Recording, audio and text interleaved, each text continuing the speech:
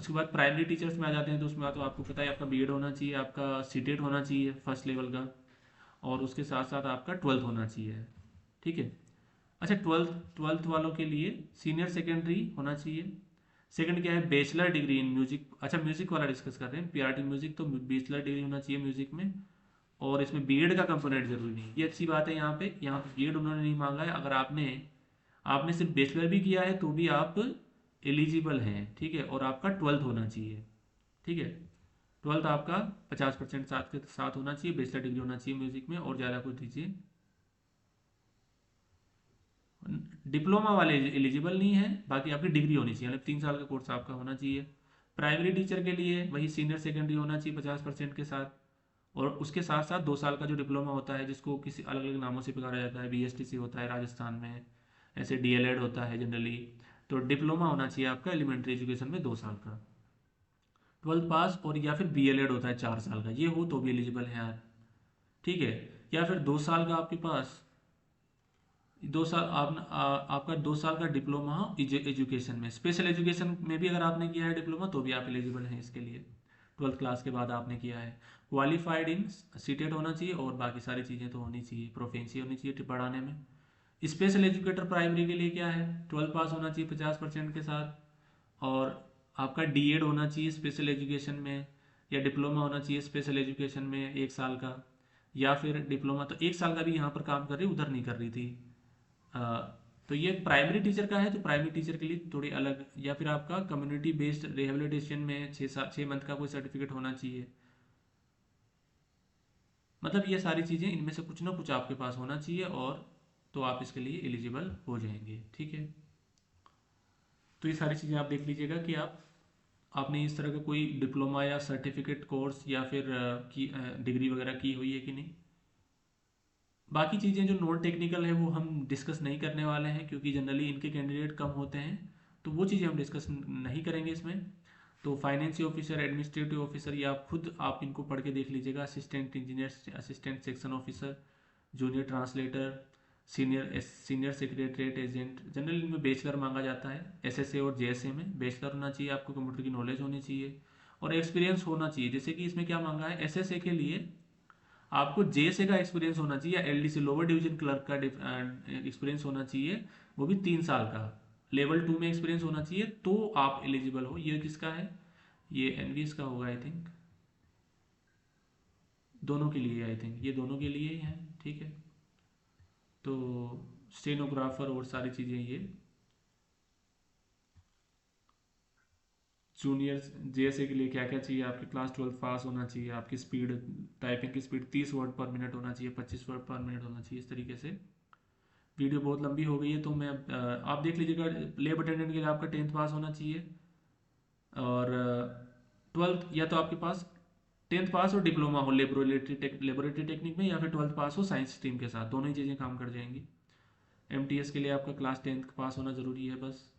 अब और चीज़ें क्या है, आपको कितनी छूट मिल रही है, जैसे कि आपने देखा था कि टीजीटी के लिए आपकी मैक्सिमम एज 35 साल है, ऐसे ही पीजीटी के लिए 40 साल है, और बाकी भी उनमें वैसा तो कुछ मेंशन नहीं है। और इसके लिए ऐसे ही आपका टीजीटी की मैक्सिमम एज आई थिंक 30 साल है। एक बार फिर से देख लेते हैं टीजीटी का क्या है। 30 साल, 30 साल तक आपका मैक्सिमम हो सकता है, 30 साल से ज़्यादा आप अगर हो गए हैं तो आप ओवर एज हैं, आप नहीं अप्लाई कर पाएंगे। उसके बाद देख लेते हैं कि किसको कितनी छूट है। SC ST को 5 साल की छूट है, OBC को 3 साल की है। सारी जो वुमेन्स है उनको 10 साल की छूट है, मतलब जितना उसमें दिया हुआ है उसमें आप 10 और ऐड कर सकते हैं। यहाँ पर जैसे SC ST वाले 5 और ऐड कर सकते हैं उसके अंदर। और NVS वालों के लिए 5 साल की छूट है, और KVS NVS NVS वालों के लिए NVS में 5 साल की है, और KVS वालों के लिए 5 साल की, जनरल वालों के लिए, OBC वालों के लिए 8 साल की है, और SC ST वालों के लिए 10 साल की छूट है इसमें। ठीक है, और NVS में तो सभी को 5 साल की है। कोई भी कैंडिडेट उसने 3 साल तक किसी सेंट्रल गवर्नमेंट में काम किया हो, provided the post are in same or allied cadre, मतलब उनका कैडर सेम होना चाहिए, तो आपको एज में ये छूट मिल जाएगी, 5 साल, 8 साल और 10 साल।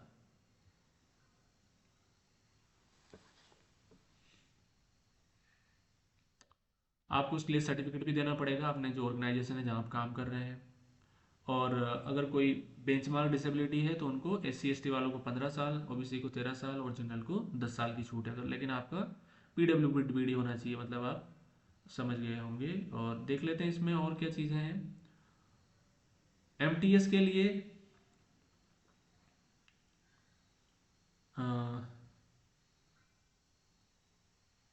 एक्स सर्विसमैन का भी दिया हुआ है कि एक्स सर्विसमैन को कितनी छूट है।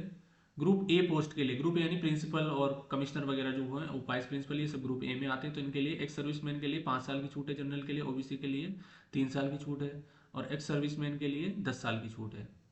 ग्रुप बी और सी के लिए वही सारी 3 साल, 6 साल और 8 साल की छूट है। फॉर NVS के लिए ये कुछ चीज़ें हैं जो आप लोग खुद इनको एक बार पढ़ लीजिएगा, इतना टाइम हम इसमें नहीं देंगे, हम बाकी मेन चीज़ें डिस्कस करते हैं। देखो, the cut off date for determining various eligibility criteria will be closing date, मतलब 4 दिसंबर 2025 के पहले तक आप ये सारी एलिजिबिलिटी आपके पास होनी चाहिए। ये लास्ट डेट है अप्लाई करने की। अभी आज से ही फॉर्म जो है, अभी आज कितनी, आज 14 नवंबर है, आज से ही फॉर्म भरना शुरू हो गया और लास्ट डेट है 4 दिसंबर, यानी 20 दिन का टाइम है आपके पास। तो जल्दी से आप अप्लाई कर लें अगर आप एलिजिबल हैं इसके लिए। OBC का आपका सर्टिफिकेट होना चाहिए, और OBC का सर्टिफिकेट क्या दिया हुआ है इसमें, OBC NCL में होना चाहिए, यानी कि आपकी जो इनकम है वो 8 लाख से, आपकी फैमिली, आपके पिताजी की इनकम 8 लाख से कम होनी चाहिए। और वो सर्टिफिकेट कब का होना चाहिए, date of issue OBC certificate must be between 1/1/2025 to last date of application. इसमें साफ साफ दिया हुआ है कि जो सर्टिफिकेट होना चाहिए वो 1/1/2025 से, और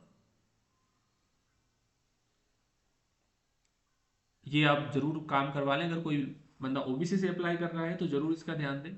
OBC वाले अभी जस्ट, जैसे अभी 20 दिन का टाइम है, तो इसमें अपना एक OBC सर्टिफिकेट बनवा लें, क्योंकि इन्होंने साफ साफ दिया हुआ है कि आपका OBC का सर्टिफिकेट होना चाहिए।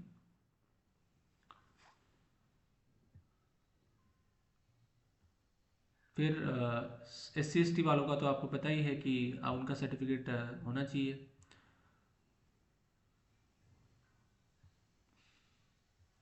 OBC में कौन आएगा, जिनका 8 लाख